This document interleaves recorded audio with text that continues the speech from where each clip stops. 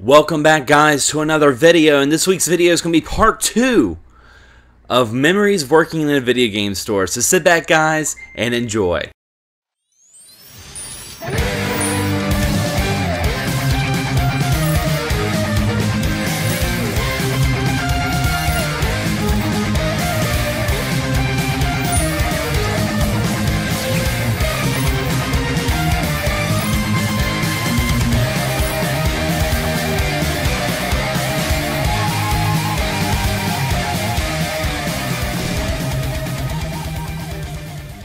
Now, for those who hadn't seen part 1 of this video, you guys can check it out with the link on the description below. I urge you guys to watch that first before watching this one, because I do explain the origins of how I started working at a video game store, and it was surprisingly a very popular upload, and that's the reason why I'm making part 2, because I do have some more stories. Now, one of the first things I wanted to touch base on was about pre-order bonuses. You know, back then, pre-order bonuses weren't just code that you would get on a receipt for a DLC. You'd actually get physical stuff like plushies or keychains. And the thing is sometimes these games wouldn't get as many pre-orders that we would expect, so we'd have a lot of stuff left over. And sometimes we would, you know, give it to people that would, you know, buy a subscription to Game Informer or something like that. That was kind of like our way of getting those bonuses. But sometimes we'd be able to take some of them home, and I don't have a lot of the stuff anymore. But some of the stuff I do have is stuff like this Monkey Ball plushie right here from Super Monkey Ball. I thought this was really cool. I also got a PSP promo box for Castlevania Dracula X Chronicles, and it wasn't very anything extravagant. The front of it showed a picture of Dracula, and the back was kind of a promo for this game, but being such a huge Castlevania fan, I knew I wanted to have this, and I remember my coworkers were looking at me like I was so crazy, because I was like, don't throw this away, I want to take this home with me, and they're like, okay. But it was just a memory I knew that I would want to hold on to. And another piece of Castlevania memorabilia I got to hold on to was a little promo sign for Castlevania Portrait of Ruin for the Nintendo DS, and to this day that's still one of my favorite Castlevanias on the Nintendo DS. And also strategy guides. Strategy guides would get pennied out because the stores would be so small, and strategy guides were a lot bigger back then. I mean, every game had a strategy guide, and now strategy guides are pretty much glorified art books, which I have no problem with, but they're just not like how they used to be. And I still have some of those strategy guides to this day, like Dragon Warrior 7, Castlevania Portrait of Ruin. Also, a game I still haven't played, but I've had this strategy guide for many years, Indigo Prophecy. A very underrated Capcom game, Onimusha, and Super Mario, Paper Mario, Thousand Year Door on the GameCube. And it's unfortunate that a lot of these things now are just thrown away, and that's the reason why the popularity of dumpster diving has gotten so big. And some of these stores even deface the standees and the stuff that they throw away now. And back then you could go into a store and be like, hey, I really like that stand, can I put my name or phone number on the back? And people would come over and pick it up. But you just don't have that now, and it's very unfortunate, because these are video game memories to some people, and they're more than just promotions to sell a product. So hopefully, you know, things will change. I don't see that happening, but to this day I'm glad I got to hold on to some of the stuff I still have. Now, since that upload, I actually got a Facebook message from my old assistant managers, because I still keep in touch with some of the people I worked with, and he was telling me some stories I had forgot to mention, and I was like, man, I gotta make a part 2 just to mention some of these stories, because him and I would work a lot of night shifts together, and we were always the closers.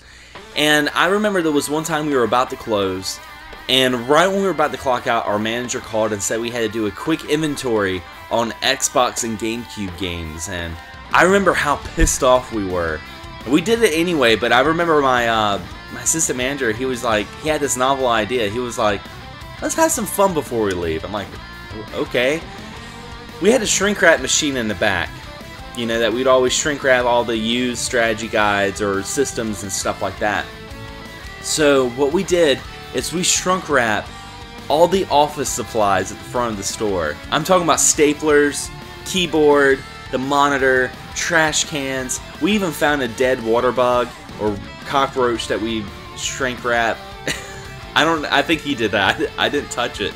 But we shrunk wrapped everything, and my manager didn't know until he came in the next morning and did the reports, and he bought up a piece of paper, and I remember he threw it in the trash can and just bounced out. And he was like, what the hell? And I went in the next day and he was like, so what was up with shrink wrapping everything? He thought it was funny. It was kind of foolish. I mean, we could have got fired for that, but it was all fun and games. And I remember another time we were about to close, and this kid came in at the last minute with a shoebox full of trades, and of course we had to take them. And he had a bunch of sports titles. There's a bunch of games, and he got probably about like $10 or $11 in stored credit. And this kid really wanted a game that night, so he decided to browse through the whole store like 3 or 4 times. And it was getting around almost 9:30. Like, we were getting to the point where we're like, hey kid, you're gonna have to go. We'll see you tomorrow morning. Your credit's good, but we gotta go. And eventually the kid left. He didn't get a game. But again, my assistant manager, went to the back. I remember the door slammed, and I heard this big boom.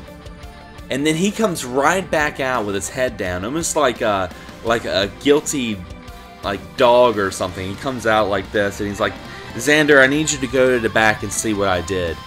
So I go back there, and the file cabinet, the storage cabinet we had that we put a bunch of games in, had a huge dent in it. He had Falcon punched this motherfucker. I mean, this thing was... The door was so messed up, and I was like, oh my god, what are we going to do about this? So I had this novel idea, this great plan. I was like, I can get the dent out of this. He was like, how? So I opened up the door, and I'm like, punch the other side. For some reason, I thought that, you could get the dent out by punching the dent out. So he was like, alright. So I'm holding the door. He punches it as hard as he can. All it does is make the door 10 times worse. Where it was like this, now it's almost like an S shape, and it was almost hanging off the hinges. Like the door had almost completely was destroyed.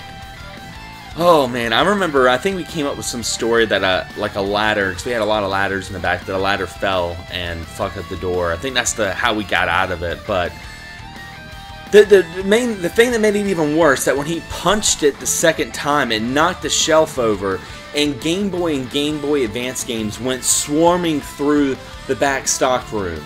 So now we had to pick up all these games that were in alphabetical order. Needless to say, my friend Mikey, that used to work at a pretzel store in the mall, I went out there and I was like, hey dude, it's going to take a little longer for us to close this time. And what did he do? He decided to draw penises all over the glass door.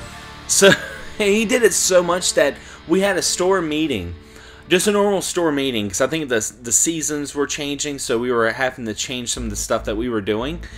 But I remember my boss was like, hey, yeah, make sure the place is picked up well, and make sure the glass is clean, because there's a bunch of penises drawn all over it.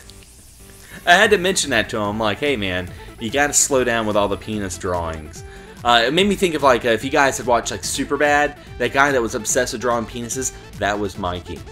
I had to say, though, closing this, that my overall favorite experience of working in a video game store was Christmas time.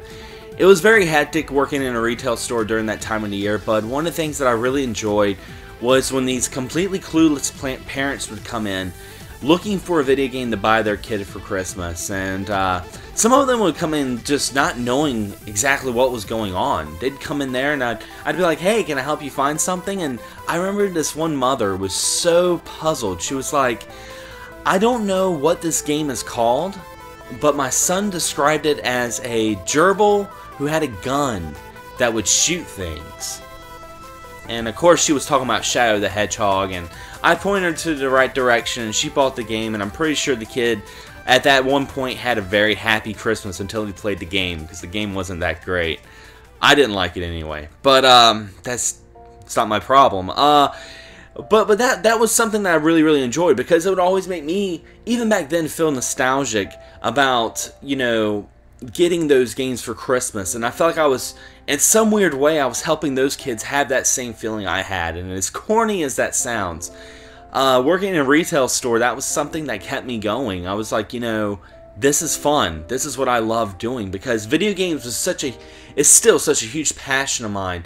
I love talking to people about it, and I love helping people have that memory and that passion for video games. And who knows, maybe that kid played that game and he really enjoyed it, and now this kid has a YouTube channel, you know, because they're everywhere now. But, you know, the thing I loved about working in a video game store was helping people buy great video games, talking to regular customers that would come in, and most of all, my coworkers. Everyone I worked with were great. I was very fortunate that I had great coworkers, and all of us had that passion and had a great time. And, you know, to this day, I look back and I'm like, man, working in a video game store was pretty cool.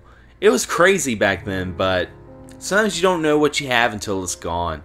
But anyway, guys, thank you so much for watching this, and thanks for all the popular feedback for me wanting to make a part 2 to this. And if you guys have any stories working in a retail store, video game store, what have you, leave a comment below. I love to read them. I loved all the comments I got from the first video. It was pretty entertaining. But anyway, guys, thanks for watching. Thanks for subscribing. And as always, happy gaming.